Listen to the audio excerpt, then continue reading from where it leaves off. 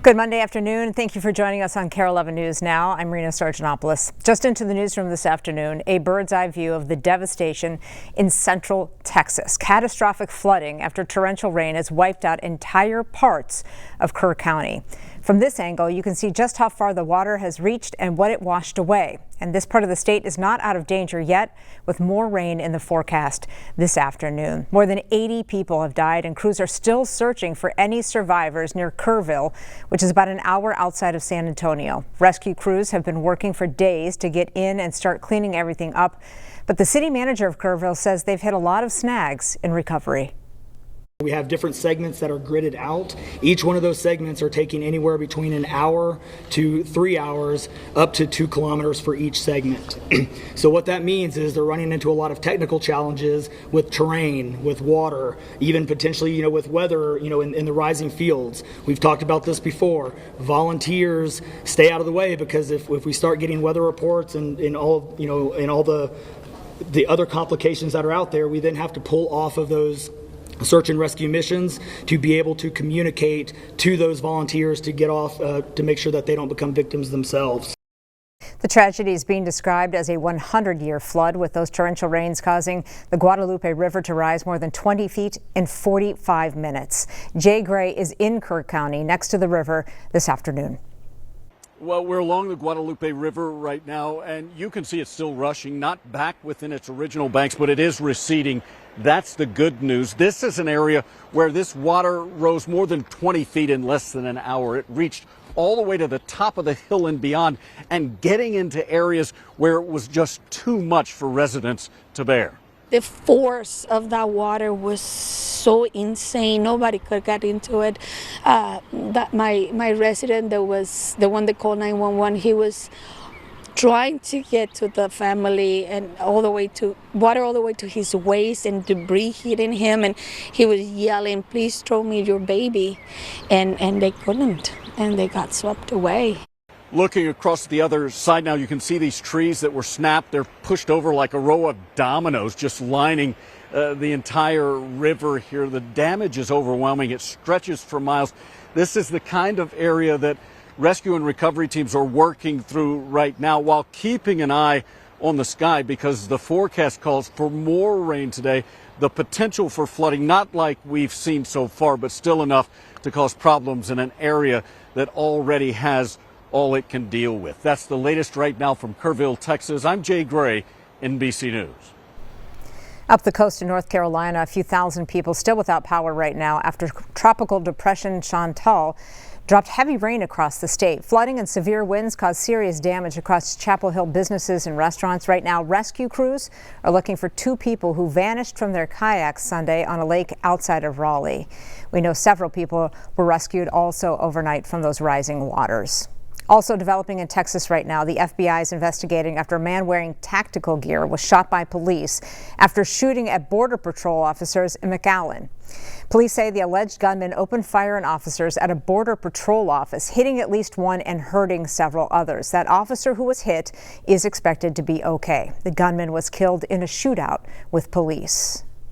A look from the White House this afternoon, where today Israeli Prime Minister Benjamin Netanyahu is visiting with President Trump and discussing a possible ceasefire with the Hamas terrorist group. The agreement would stop fighting for 60 days and return several prisoners and hostages from both sides. Also happening today, the White House sending letters pressing multiple countries to try and reach trade deals. The deadline for those wide-ranging deals originally was set for Wednesday, but is now pushed to August 1st. So far, President Trump has only announced 3 trade deals: the United Kingdom, which maintained a 10% tariff rate; China, which temporarily paused sky-high tariffs on most goods from 145% to 30%, and a 20% tariff on goods coming from Vietnam. A convicted swindler who Kare 11 investigates found stealing thousands of dollars from would-be renters has now new charges, once again accused of stealing. Lauren Lemanchek reports why he still has not faced any consequences, and his victims still have not gotten their money back. The thief with a collection of mug shots now has added 2 more. Kare 11 first introduced you to Kai Kao more than a year ago when he rented this house to multiple families, even though it wasn't actually available, including Saeed's family. Marwan's. We expected the lease to start around March first. And Kristen and Michelle's. How much did you have to pay in a deposit just to hold it? $5,300. Taking thousands in deposits and then never allowing them to move in. After a series of Kare 11 reports, he finally faced criminal charges in Ramsey County Court. Prosecutors accusing Cow of stealing more than $26,000 from 5 victims. It was not his first brush with the law. Cow has a long list of felony convictions dating back 2 decades. Theft by swindle, fraud, check forgery. Now, Hennepin and Scott County prosecutors accuse him of being at it again. In May, allegedly scamming $35,000 from his Edina employer, pretending to sign a contract with a lawn care company, but then pocketing the money. In June, going to a Shakopee Sam's Club, looking at a $4,700 bracelet behind the jewelry counter. Then, when the clerk wasn't looking, allegedly switching it with a fake. Cow was later arrested at a casino with $977 in cash. And still, he awaits trial in the case of his alleged rental victims. He's going to keep doing this until he gets caught. One of these days. Who say they still haven't received a dime of their money back. Kai Cow is out on bail right now in the 2 most recent cases. He has a September trial date in the Ramsey County rental scam case. But even more frustrating to his victims, records show he sold that house for $210,000 in late 2024, and they don't know what happened to the cash. For Kare 11 Investigates, I'm Lauren Lemanchek. Happening tonight, the family of Philando Castile is hosting a community barbecue outside the Falcon Heights City Hall. It comes 9 years after a St. Anthony police officer shot and killed Castile during a traffic stop. On Sunday, family and friends gathered at the Philando Castile Peace Garden for a candlelight vigil on what is known as Restoration Day. That is followed by today, July 7th, Unity Day. Both were proclaimed by the governor as a way to remember Castile. His family says they will provide food, music, and entertainment for tonight's barbecue. If you're interested, that one starts at 5 o'clock. It has been 1 year since a deadly crash in Sherburne County devastated an entire community. 2 17-year-old boys died. A third was critically injured. That sole survivor spoke with our Joe McCoy about his recovery from a crash that has forever changed many lives.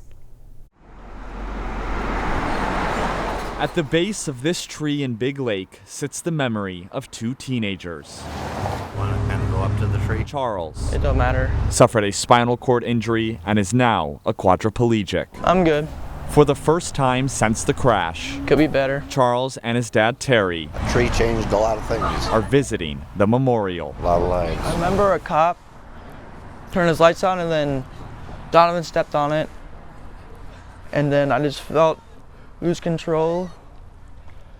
We hit the curb and I crossed my arms, saw a tree coming and ducked down, and then I woke up in the hospital. Charles surrounded by family and friends You okay? as he reflects on the good times had with Donovan and Tony. Fishing, I loved fishing with them. The 18-year-old has regained some movement in his arms, and his next goal is to be able to feed himself and use his phone. But ultimately, I know I'll walk again. he is determined I'll make sure of it. to get out of the wheelchair. He maintains a very positive attitude all the time. Today also marks 1 year since 56-year-old Nikki Anderson went to get her mail and disappeared in Randolph Township. Right now, officials in Dakota County are hoping that someone will come forward with information on what happened to her. There is a $50,000 reward for any information that would lead to finding her. Developing right now, 2 Minneapolis icons shutting their doors for good. Last week, Annie's Parlor announced on Facebook that last Wednesday was their last day in business after more than 50 years in Dinkytown. One of the owners says a decline in foot traffic is part of the reason they closed. On the West Bank, Palmer's Bar is closing in September after nearly 120 years in business. Jessica Hart has more on those closures.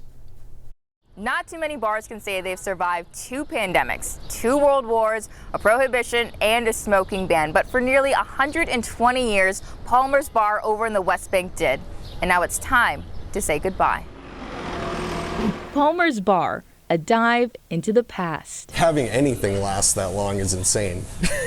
you know, like 1906. A century-old place that offers more than a glass of beer. It's just kind of a magical space, and we get emotional talking about it. It's like, it's heavy to see it go away. Matthew Graves, a loyal customer for more than 2 decades. I knew they were struggling a little bit, but I didn't expect it to close. Just like everybody else, you just think it's going to last forever because it's been around forever. He started Undercurrent Minneapolis 14 years ago,